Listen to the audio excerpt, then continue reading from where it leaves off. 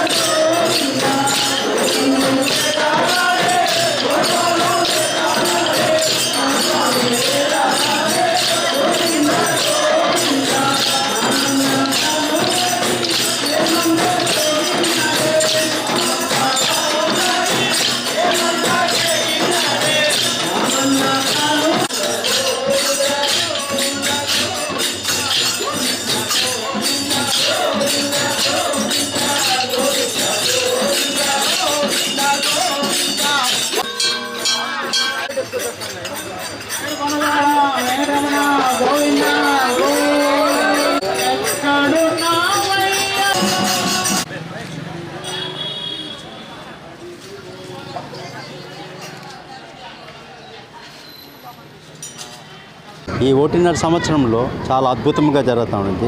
10 మందితో మనం వచ్చి ఇప్పుడు 100 మందికి చేరినాము. ఇటువంటి ఈ గోవిందరాజుల గుడి యొక్క ఆంజనేయ స్వామి ఈ యొక్క నా చుట్టూ తిరుగుతూ ఉన్నామంటే అక్కడ ముక్కోటి దేవతలు ఉన్నారు గోవిందరాజుల గుడి. ఆ ముక్కోటి దేవతలను మనం ప్రదర్శన చేస్తున్నాం. ఇటువంటి అవకాశము ఏ భక్తుడికైనా రాదు. కాబట్టి ఇటువంటి అవకాశం మనం వినియోగించుకోవాలా, అందరూ రావాలని కోరుచున్నాం.